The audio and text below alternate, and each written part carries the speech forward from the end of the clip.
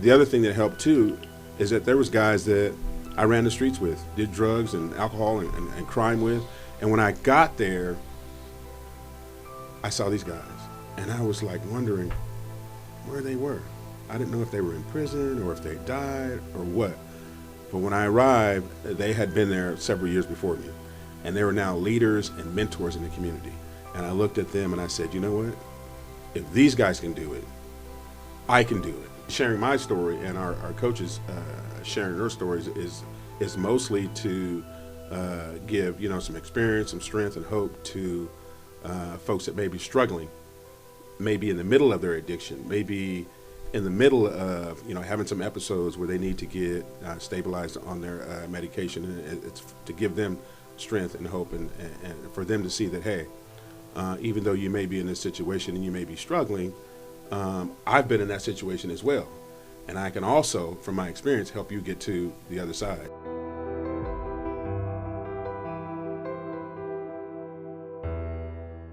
All right, welcome to Utah Stories. So we got a great program today. I just returned from an amazing interview with some people in public housing who may choose to remain anonymous. I'm still trying to get a word on that, but I got invited as a guest into their public housing unit.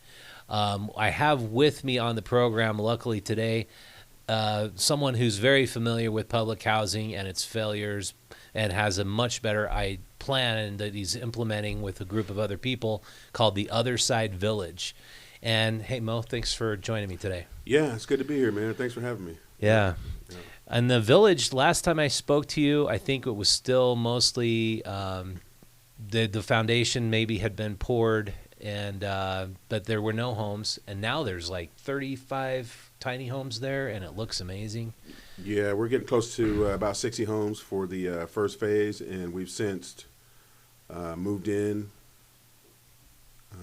6 graduates from our homeless prep school, the Other Side Village Prep School, and they're living there. They're thriving. They're doing well.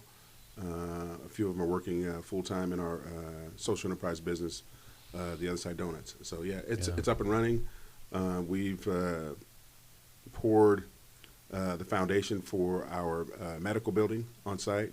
That's starting to go vertical, and we're in the process of starting our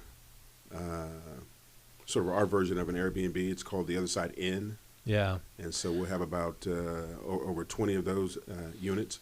But to backtrack for those who are kind of new to it, can you summarize the village and the reason for it being in just a few minutes? Just yeah, give a absolutely. recap. So the Other Side Village was born out of the Other Side Academy, which is a 2-year vocational training school for men and women who, for whatever reason, hit rock bottom, struggle with drugs, alcohol, incarceration. But these folks are still, physically, mentally able to make it through a work day. I would say most folks that start off with the academy initially were in jail, facing new charges. We went and interviewed them and determined that they would be a good fit and we'd be able to help them out. And so we sent them a letter of acceptance. And from there, it's up to them to take that with their lawyer and ask the judge, hey, in exchange for my, whatever year, 5-year or more prison sentence, may I please go to the Other Side Academy for 2.5 years and get my life back on track. And the academy is very successful, and so successful that people reached out that were struggling with and had some mental health issues and that were on medications. And unfortunately, the Other Side Academy wasn't set up as a medical facility to help these folks out. And our leadership, our organization just wasn't okay with that. And I got to just say how foresighted that is to know what you could handle and what you couldn't handle. Absolutely. I think a lot of people would think, oh yeah, let's take everybody in. Yeah. But you guys knew, look, if you got a psychological disorder, a medical disorder, if you are certain type of convict like sexual predator, you just can't handle those people. And so what your lane was with the village. Absolutely. And so, but you wanted to grow it to encompass more people. So so the village. And we also knew that our culture of peer-to-peer accountability it was a great foundation, and it helps folks overcome as well. But so from there, we decided that, you know what, the other side village is something that we want to start to help this population. And so the village is specifically for folks that have been chronically homeless, mental health, on medications. We have some folks that active drug use. Definitely want to help our displaced veterans as well, but mostly chronically homeless and mental health, where you can be on medications. That's the difference between the academy and the other side village. Yeah. And the people we've had on this program who are coaches at the village include Brian Billmeyer, Jackie Tress, Solid. Marcy, Solid. Solid. I'm trying to think of the first coach we had on, the tough little guy. What's his name? Robbie Meyer. Robbie Meyer. Yeah, he's actually in charge of our coaching staff at the prep school and the village. Yeah, I might be forgetting somebody, but they're just amazing people. I mean, you sit down and talk to them, and so well put together, very professional. You can tell there's a culture there being instilled in them of respect, of just knowing how to present yourself and articulate your problems, what you had in the past, is like sharing your story and getting past these obstacles. A huge part of that intake center, the prep school, before they go to the village and they're able to sort of matriculate in with the other people. Yeah, so personally sharing my story and our coaches sharing their stories is mostly to give some experience, some strength, and hope to folks that may be struggling, maybe in the middle of their addiction, maybe in the middle of having some episodes where they need to get stabilized on their medication, and it's to give them strength and hope, and for them to see that, hey, even though you may be in this situation and you may be struggling, I've been in that situation as well, and I can also, from my experience, help you get to the other side as well. So that's a lot of it right there. Mm-hmm. And having that lived experience is kind of the key. Like if the other side academy were staffed with psych graduates from the University of Utah, why wouldn't that work? Yeah, so just from my own personal experience, I've been a part of the 30, 60, 90-day programs, and I graduated from all of them, but really didn't learn how to understand what my underlying issues were that kept me homeless and a drug addict and alcoholic for many years. And so a lot of those programs, and I went to, I was involved in working with some clinicians, some therapists, and the dynamic was they were sitting on the other side of the table. The dynamic was they were here to fix me. And from my personal experience, I was never able to relate to that. I was never able to build any kind of rapport with that. But one of the places that I got my life together was called Delancey Street, in which the other side academy, the other side village is a replication of. When I first got there, I knew that it was something different because they expected something from me. The other thing that helped too is that there was guys that I ran the streets with, did drugs and alcohol and crime with. And when I got there, I saw these guys. And I was like wondering where they were. I didn't know if they were in prison or if they died or what.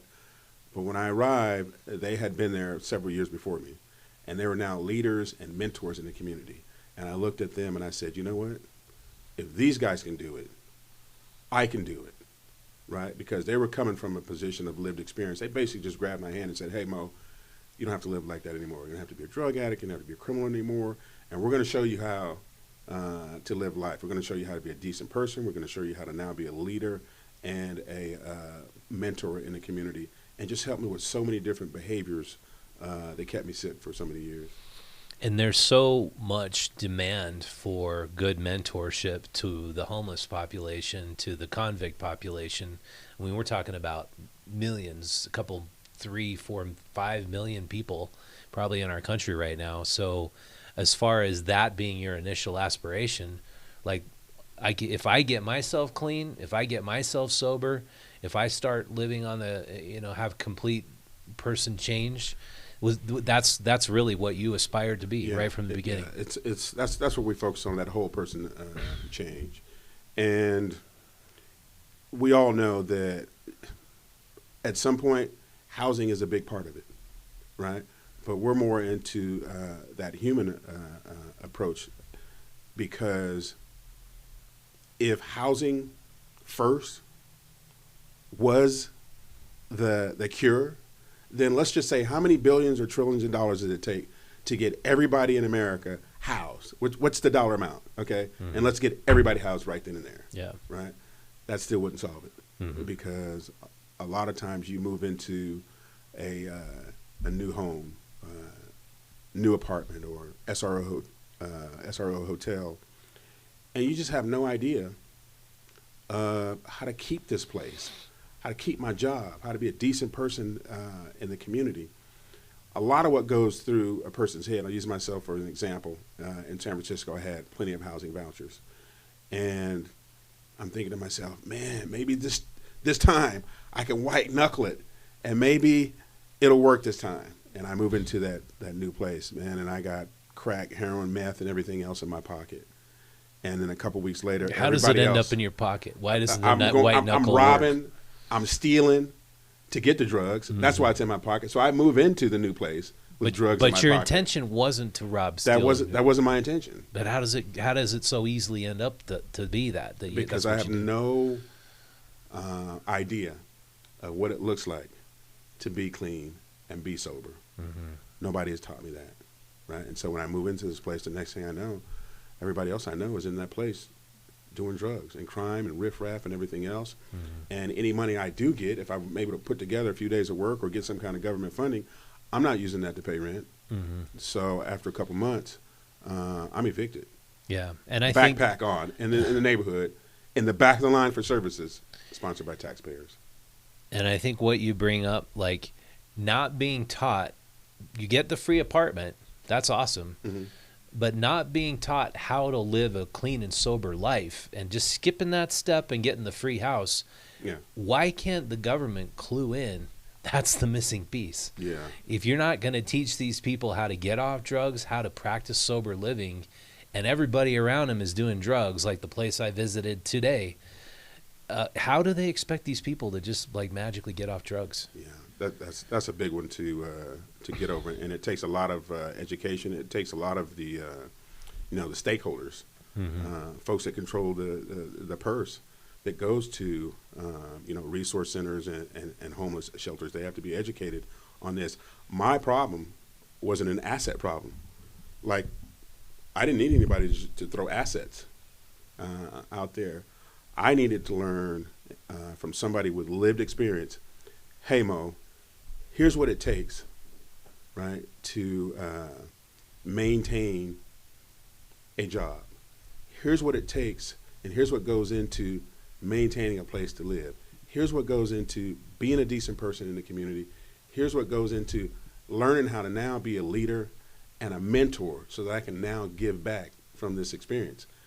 And the only way that I was able to do that was somebody with that lived experience that had made it to the other side was able to train me and show me, here's how you go through life. Yeah, it's a great model. And I want to talk about these three people. If they choose to remain anonymous, I'm going to absolutely honor that.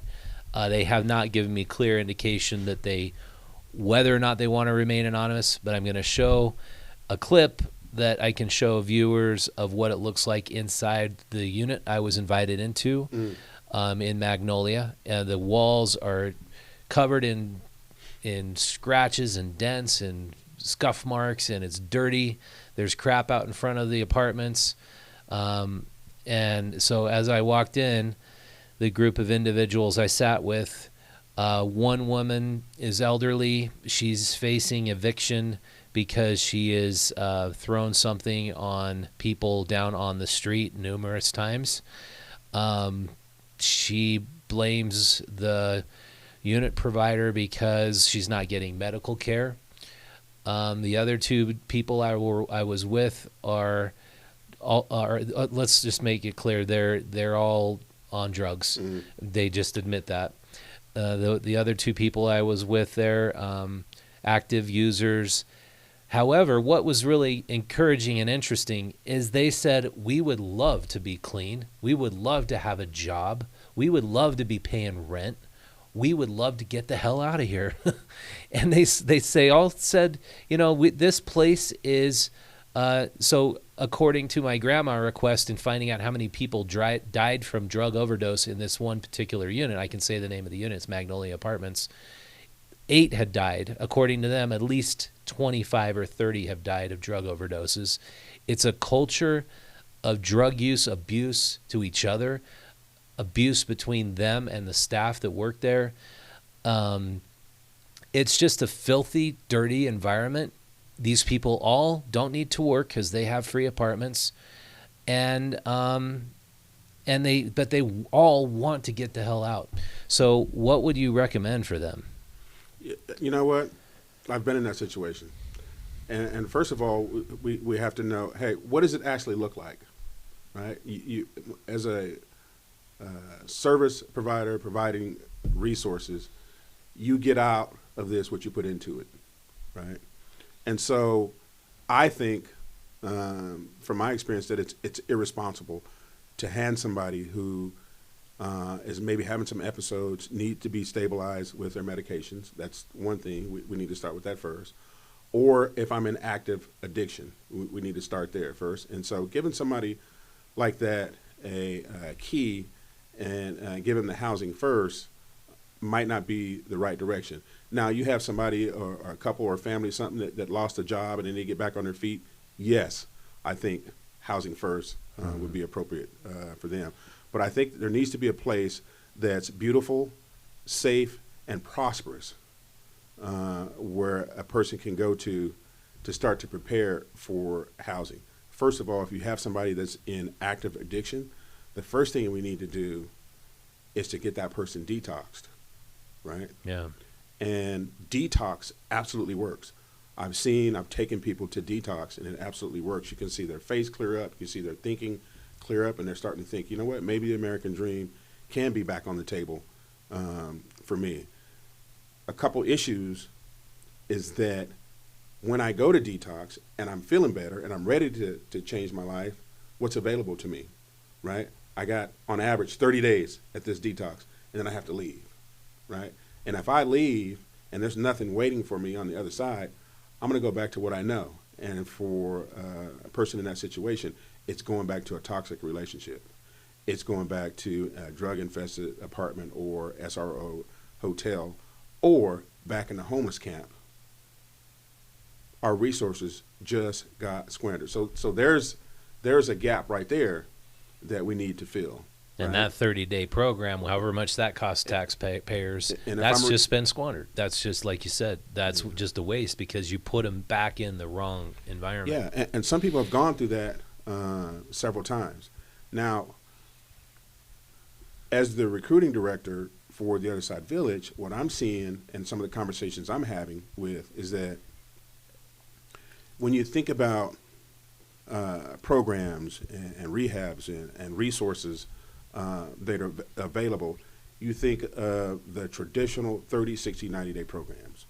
And a lot of the folks that I'm talking to in the resource centers, in the homeless encampments, referrals that I get from case managers and homeless advocates, they've tried these programs before and honestly made a legitimate effort to get their lives together. It just didn't work. It's just not enough time. I was a drug addict, smoked drugs for 20 years. And so you're telling me that at the end of 30, 60, 90 days, I'm going to be well. It just doesn't work. And so just like the folks that I'm talking to today, I said, you know what? I'm not going back to another 30, 60, 90-day program. I already know how it ends. It ends with me failing, and it ends with me relapsing. Why would I subject myself to that again, right? And so as I explain to them what our offer is, they start to say, you know what, Mo, I just need a job.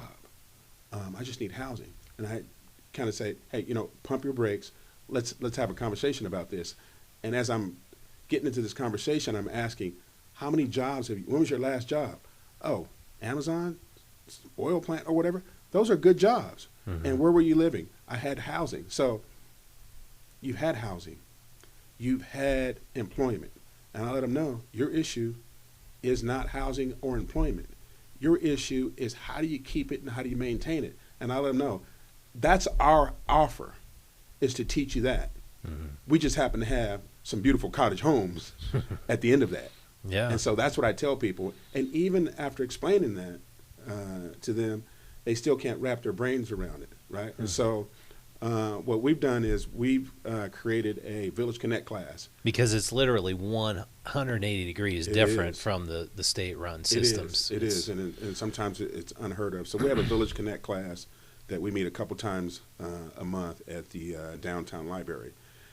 And we let people know that this isn't for everybody. You have to be ready. We can offer you the world. If you're not ready for it, it's never going to work, right? And our success comes from community as therapy. And we explain to folks, look, in order for this to work, first you have to want it, and then you have to be able to accept feedback from a community that you've grown to trust, that you've built a relationship with. And you also have to listen intently with compassion and be able to give feedback to others in the group, right? And you have to grow together. This is how it works. And I think that's a lot of our success. You have to be able to reflect. You have to be able to remember what we talked about yesterday. You have to be able to listen to your other members in the community and notice that, hey, when they're being successful or when they're backsliding, and you have to be able to speak up. That's another big thing, is you have to be able to speak up, because the streets has taught us that snitches get stitches. And so I'm not going to say anything, right? That kept me sick for a lot of years. And so we have to teach people that as well. If you see somebody being detrimental to themselves or to the community, you have to be able to speak up. You have to build that muscle up. And it takes a while, right? Mm-hmm. And so our Village Connect class gives them an opportunity so we can show them this is how it works, right? Mm-hmm. This is how you communicate. This is how community as therapy operates. That's awesome. And so for these three individuals I met today, obviously serious drug issues, mental illness. She told me last time she was taken in to the hospital, she got pink slipped. I think that means you have a debilitating psychological disorder. They keep that apartment based on maintaining their disability. Mm. So chronic homelessness has been deemed by our federal government as a disability. Chronic drug use has been deemed by our federal government a disability that earns you an apartment. And I'm like telling this to people, and they can't believe it because you're rewarding someone for remaining homeless. Yeah. Do you think until that policy is changed, that even as amazing the village model is, that it's going to really facilitate whole person change if that policy is in place?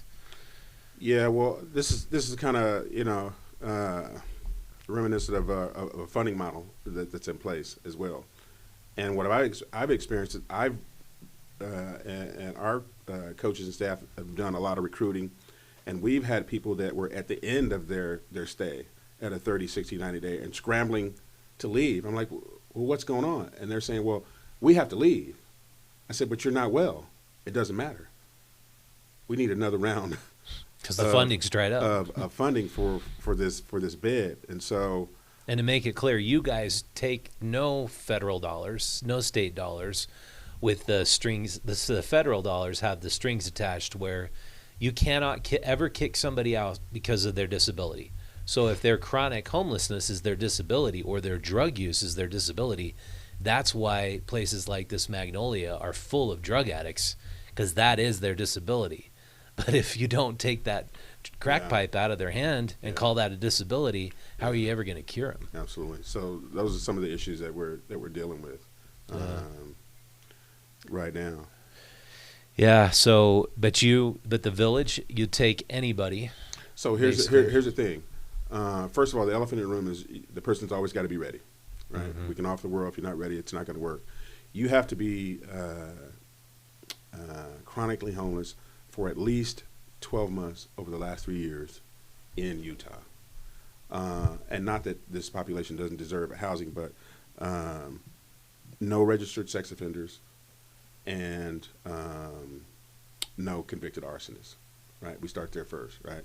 And then the first thing we do is That's at the village. that's at the village, the prep school. So the first thing we want to do is have this conversation, right, and see if this is something that the person is ready for. Are they willing to commit?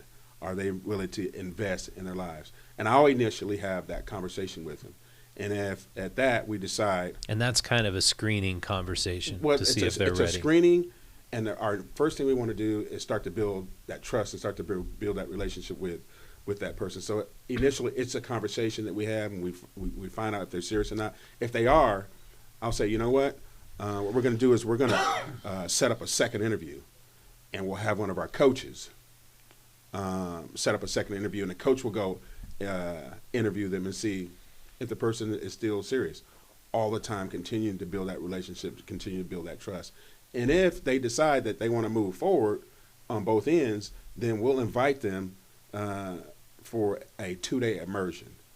Come to the prep school. You're going to stay with us for 2 days, and at the end of those 2 days, you're going to write a letter to the community of your peers. It won't be the coaches or the staff that's going to determine whether you'd be accepted, but it's going to be your peers. And this letter is basically, here's some of the blind spots that I've had over the years. Here's why I'm continuing to struggle. Here's why the American dream is not on the table for me. And also, here's some of the things that I bring to the community as well. And at the end of that, it's a democratic therapeutic community. They'll vote you in. Okay. And if you get voted in, you start right then and there. You'll get assigned a coach, right? And we'll start to go over some of these behaviors. What were the underlying issues that caused you to be homeless, a drug addict, or having episodes and not stabilized on your medication? What is your health situation like? What is your finance situation like? It's the whole person change. You'll create a plan with your a growth plan with your coach, right? And we meet a couple times a day, right? Let's just say a person wants to move forward. We have a process of going through freshman, sophomore, junior, senior. It's not based on time. It's based on your ability to make behavioral changes. And you may come into one of the groups and say, hey, you know what? I want to petition to become, to go from a sophomore to a junior, right? And the people in the community will say, you know what? You have done a good job of managing your medications. We've seen that you've taken responsibility on your health. We've seen that you're interested in, making it better with your finances. And yes, absolutely, we're going to approve you to go from sophomore to junior, right? It's based on behavioral changes. It's not based on how much time that you've been there. And you work along with your coaches. All the coaches have the lived experience, and the coaches live right on site. It's very high touch. And it's very, very peer driven. And it is. And so your position is you're a manager of the coaches, or what? So no, the manager of our coaches, his name is Robbie Myrick. He manages the coaches at our prep school and the village. My job as a recruiting director is to make sure as many people as possible that are homeless on the streets, in the resource centers, the homeless shelters, and the homeless camps know that we exist and able to explain it to them. A lot of times folks that we talk to, they're just not ready. But we've planted the seed. Yeah. Right? And when you are ready, give us a call. It may be that there's some kind of leverage over you getting ready to go to jail, or your family's had enough of you, or what have you. But we at least want to plant the seed. And so I do the initial screening and then pass it along to our coaches. That's the process. Cool. That's great. Well, it really did tug at my heartstrings to see these people living this way and in such poor condition. I mean, like this lady here, she told me that the administrators have told her that she can't invite any guests in. Her sister, her brother have been told, she was told that they're not allowed in the facility because they don't she says it's because they don't like her. This woman says that the director of the program has it out for her, and that they're trying to get her kicked out. And it's just like this adversarial relationship between the staff and the people in the units, and they want to get out. Would it be an option for them to apply for getting into your tiny home village? Yeah, we'll talk to just about anybody that needs help, and determine, both of us will determine if they're a fit for us and if we're a fit for them. But I tell you right now, just looking at the situation right here, it takes a lot of work to get to where you can have somebody come visit you in your place. Oh, does it? Absolutely. See, what a lot of people don't understand is that, let's just say I get my life together, you go to the prep school, you go to the village. It's still not over, because there's still some first that's going to happen. My family might want to visit with me, and our coaches are going to say, hey, wait a minute. We're looking out for your safety. Are there any drug addicts? Is there any toxic relationships that you're talking about having visited here?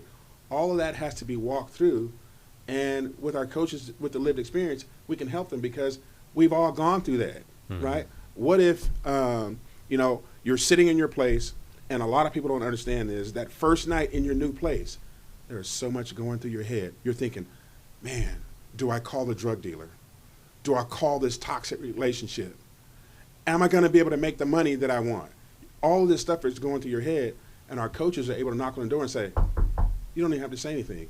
I know exactly what you're going through right now. We're going to grab your hand. We're going to walk through this together. Yeah. Right? So there's family issues, there's employment, there's people, places, and things that they have to experience and cross over for the first time after getting their lives together.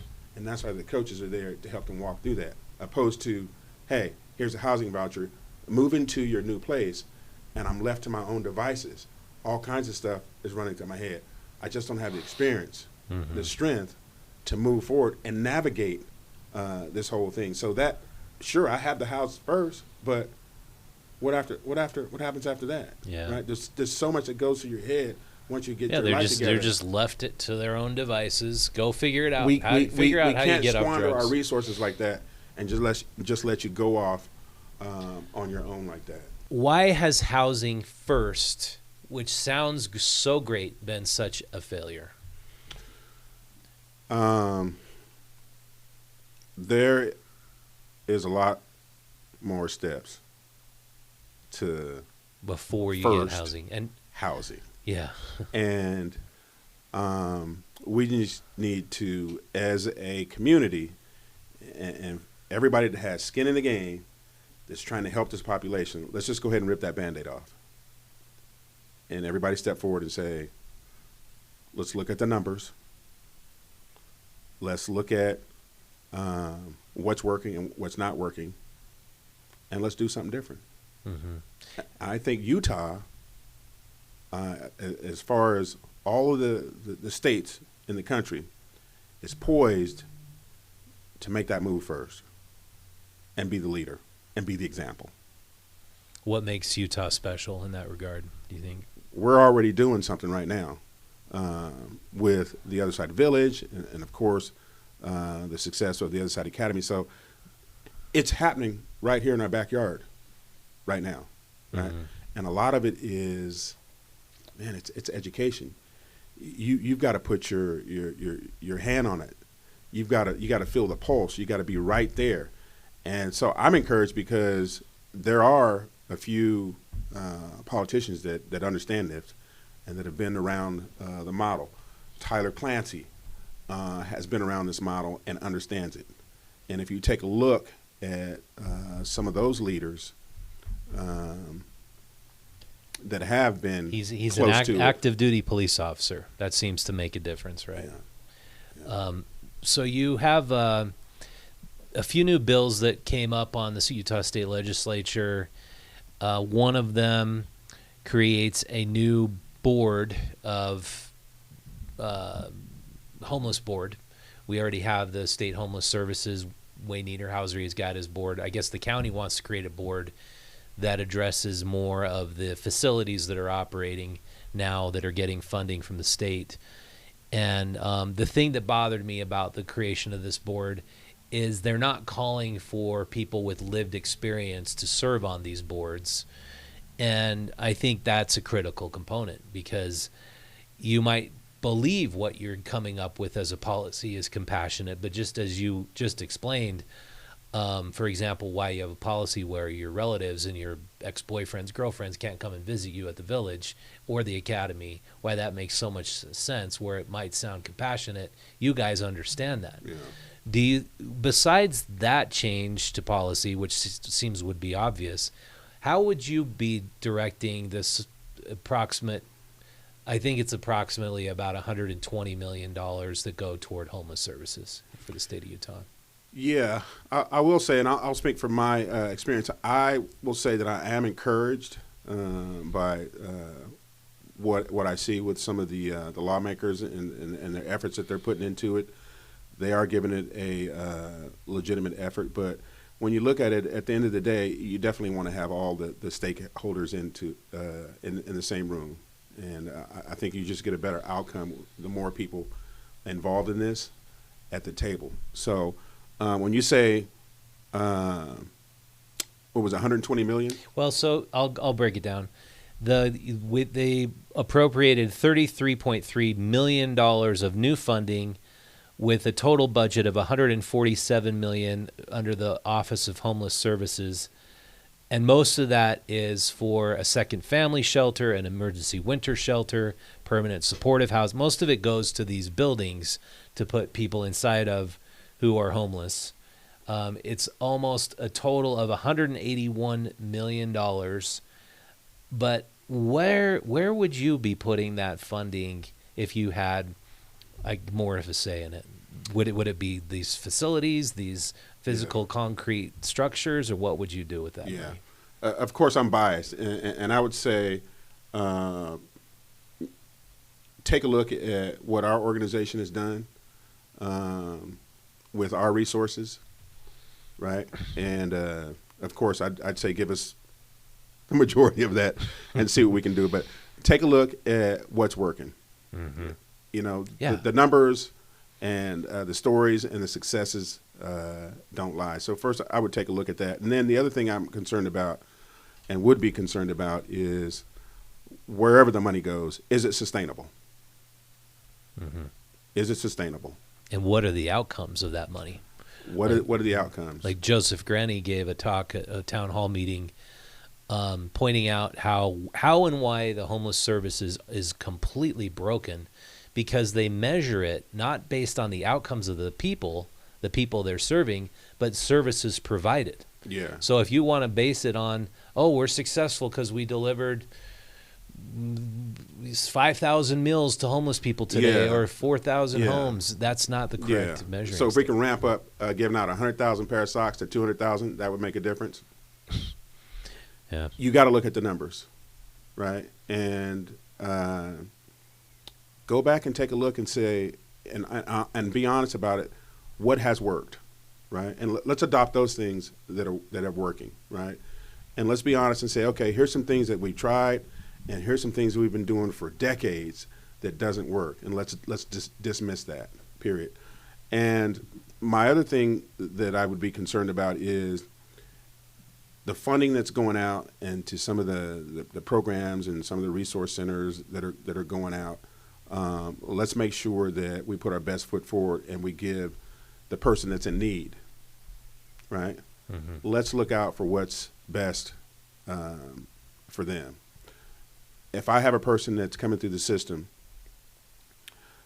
at the end of that, where are they at?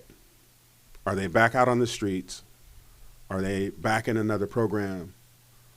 Or are they in the back of the line for services again, right? Mm-hmm. When I look at my data metrics and I look at my success, how many people are drug-free, crime-free, employed, and housed? I think just that little simple metric right there, right? And give incentive to some of these organizations and folks to make this happen. Take the handcuffs off of some of our organizations out there that are actually, I see, doing the best they can. I work with a lot of different organizations around town, and I see people putting their best foot forward, but you're kind of handicapped. You're kind of handcuffed in certain areas. I believe that too. I criticize. I suppose it could be looked at criticism of the road home who manages the Magnolia, the Palmer Court, the Wendell Place, the Grace Mary Manor, a couple of homeless shelters, and I criticize the outcomes. I'm not criticizing them as a service provider. Yeah. Certainly, they're Absolutely. providing a service, and that service is needed. But if we look deeper into this funding, a bigger and bigger chunk every year is allocated to deeply affordable housing. I don't see any deeply affordable housing in all of Salt Lake other than the Village. Yeah. You guys have done it. Yeah. You've kind of cracked the code. So why don't they just replicate what you've done and build more tiny home villages if they want actual deeply affordable housing? I just met with an organization that provides housing. They got funding and they have all these units, and they were so excited they were able to move a whole bunch of people in, right? And everybody thinks, hey, problem solved, right? But I was discouraged in this conversation because of some of the stories I'm hearing that we're having to evict people. There is like 80-90% drug use in this place, and I'm thinking in my mind, I'm not surprised. Because they're not screening in the beginning or saying you got to get clean and zero drugs. Well, what we offered you was this house first, was this apartment, was this room first. That's all we offered, and we just kind of thought that this would solve everything, right? And over these decades, we're seeing that that's not the case, is that there's a lot more that goes into it, right? It's a high touch, and the person needs that individual attention, right?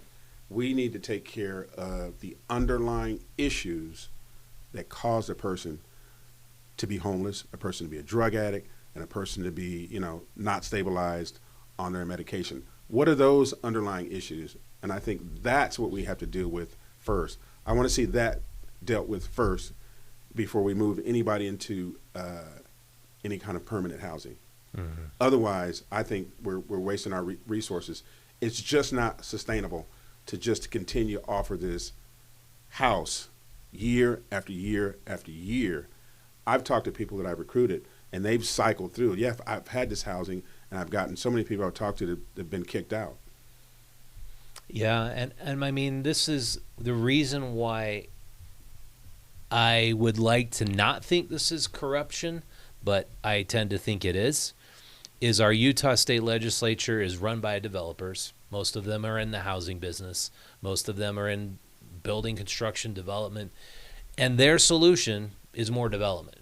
Despite the fact the last 15 years of track record, more development of housing units is not solving the problem. It's creating more homeless people, not fewer homeless people. So more money just simply going to more houses. I don't want to. I am a landlord, and I earn money doing that. I don't want to rent to somebody who is a drug addict. I don't care how much money you give me in rent. I don't want drugs in that house. So just from a landlord perspective, no. My answer is no. I'm not renting to you if you're using drugs. You're going to destroy the house I'm renting to you. So why can't the legislature wrap their head around it? And why can't they just get it out of their head that they need to get more money to build more houses? Yeah. So what I see that works and what we're doing, right, is addressing those underlying issues that cause homelessness in the first place. First, we got to get a person out of the chaos and the drama of being homeless on the streets, right? First, let's remove you from that area right there. Let's get you into a place that's safe, beautiful, and that could be a prosperous. Tent. That doesn't need to be some fancy and apartment. let's start working on your behaviors, right? For me, that's compassion. Mm-hmm. And that place could be Cisco, Utah. It could be some little podunk area, as long as you have the support community you need. You need that support community, absolutely. Yeah. That's what I'm seeing that works. I'm a part of something that works. That's what I'm qualified to speak on. Anything else is not my lane. Yeah. But we see that if a person says that I'm ready to commit to invest in my life, right? That's where we start at. Yeah. Period. And then when they get to that point, let's have a place for them to go to, like the Other Side Village prep school. Let's start working on some of those behaviors. Let's get you in a community where you got love and support and people that have that lived experience. Our coaches are just awesome. I see miracles every single day, right? I see people that come to us and they get discouraged and they think that they can't accomplish and overcome certain things. But when our coach gets in there and says, hey, wait a minute, that's me. I've gone through the same thing. Will you allow me to help you get to the other side? Will you allow me to share my experience, strength, and hope of how I did it? And that's 24/7. That's where it starts. And it's a constant message of hope. It's a constant supportive community. All the people who are working there as coaches are supporting the people who are there trying to turn their lives around. And there's no adversarial relationship. So it's like the culture has to change. It's obvious. It's definitely a culture that we have. And at the same time, a person is now able to, even though they're overcoming some of their behaviors and creating new positive habit loops, at the same time, they're helping other people as well. Yeah. It's the community as therapy. And you need that wraparound, right? You need to sit across from somebody who says, you know what, I understand where you're coming from. Let's make it through today. Let's give you some examples of ways to overcome this behavior.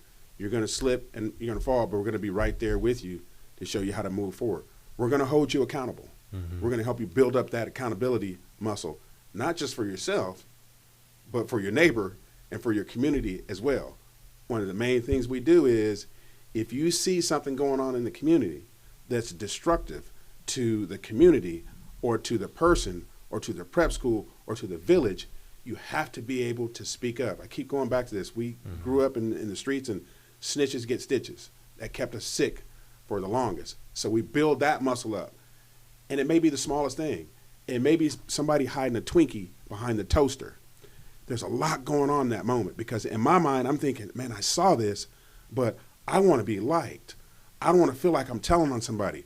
I don't want to feel like I'm in somebody else's business, right? All that's going through your head, and we have to help you build that muscle. Hey, excuse me, we don't do that.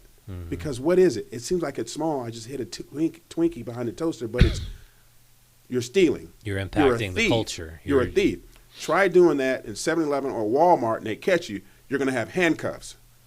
But in our prep school, that behavior, we're going to deal with it right in the moment. And a person is able to speak up. Let's just say, for example, somebody is living in the village and they have the next door neighbor has a visitor. And you notice they're walking off, but there's a bottle of vodka hanging out of their visitor's backpack. Man, there's so much going on in that moment. That's our success lies in that moment. Yeah. Is your accountability muscle going to say, hey, wait a minute, we don't do this, and let the community know. Danger. Right? Yeah. There's something that's destructive, and you have to be able to build that muscle up. But first of all, you're not going to do it unless you're in a place that's safe. We've made it safe for you to speak up and know there's not going to be any repercussions from you speaking up. This is welcomed. When we move into the village, it's drug and alcohol free. We won't be able to put signs up that say no drugs, no alcohol. That's going to become, because of some of those behavioral changes, where you're now able to speak up and you feel comfortable. It's now part of the culture. It's now part of your DNA that if you see something, you're going to say something. That's what we do. That's great. Every single day. It's awesome. Well, and I want to say to the people who invited me into Magnolia today, thank you very much for inviting me in, and thank you for exposing me to that environment. I look at what you do, I contrast it, and I also want to say to the building administrators who caught up with me as I was leaving, and one of the women working there saying, "What, are you going to go slander us now?" No, I know you got a tough job. I know you're there working with people who are on drugs every day. I know you're doing the very best you can. And I'm not there to come and point fingers and saying you're doing something awful, you need to be fired. I know it's the system and the policies that are in place, the culture that's there, that's causing the destruction. And it's my invitation to you, who are the building administrators, who were fearful I was going to slander you. No, I know you probably have a heart of compassion, but learn from these guys. Learn from the Other Side Academy, and start holding people accountable. Start changing the policy. Start telling your director you need to change the policy. There should be no drugs and alcohol parties going on all night long, big drug parties. It should change, and it's not going to change overnight. But if the policy directors decided that's no longer tolerated, and screw the federal funding, we can't have drugs in those units, it could change, couldn't it? Absolutely. So, one of the things that's encouraging is that we are reaching out to case managers, therapists, resource centers, homeless advocates, and they're also reaching out to us as well. And I can honestly say that there's some pretty cool partnerships being formed right now. That's awesome. On behalf of the folks that are out there struggling. And so I definitely can say that, resource centers, rehabs, transitional housings, I'm seeing that we are working together on behalf of That's great. The person that's struggling. I think Utah's, in a great position to lead the country in these efforts. I hope it does. Yeah, absolutely. That'd be great. I think that feels like a time to wrap up. Yeah. I appreciate having you on, Mo. Thank you. Really appreciate it. Yeah. If you want to learn more about the Other Side Academy, go visit theothersideacademy.org. Their facility, The Other Side Village as well. Yeah, the Other Side Village Yeah. as well. So, if you don't remember the difference between the two, the academy is mostly for people who are convicted criminals who really want to change their lives and do not have a history of mental illness, and who could perhaps work at the moving company, the construction company, the thrift store. The donut shop is part of the village, though, right? Absolutely. That's one of our social enterprise businesses. Absolutely. And then the village is for people who are chronically homeless, as Mo said, and Mental health, yeah, on medications. Absolutely, give us a call, yeah. and we'll interview you, and we'll reach out to you. You can go to our website as well at theothersidevillage.com and learn more, and just give us a call. Yeah, learn more about it. And I really highly suggest, if you got the means, donate to them. They do an incredible job, and the funding is absolutely put to good use with the village. I'm just watching these tiny homes being built. Here's the solution to affordable housing right here. How about a beautiful cottage homes? Yeah, That's what you're working for. But we want people to understand that, of course, we have this available, but we need to teach you, how am I going to keep it? How am I going to maintain it? How am I going to be a decent person in the community? How am I going to grow to be a leader and a mentor in a community? That's our offer. And we happen to have some beautiful cottage homes as well. yeah. Yeah, with that, thank you so much for watching. Give this video a thumbs up. Share it with a friend. We would love to get this message out to more people. Comment on it. We'd love to hear from you. And if you want to be a bigger part of Utah Stories and what we're doing, go out and subscribe to Utah Stories, $5 a month for this. If you want both magazines and access to all the content we put behind our paywall, $10 a month really supports our journalism efforts. And you can subscribe if you don't have the means to do the paid subscription. We have a free digital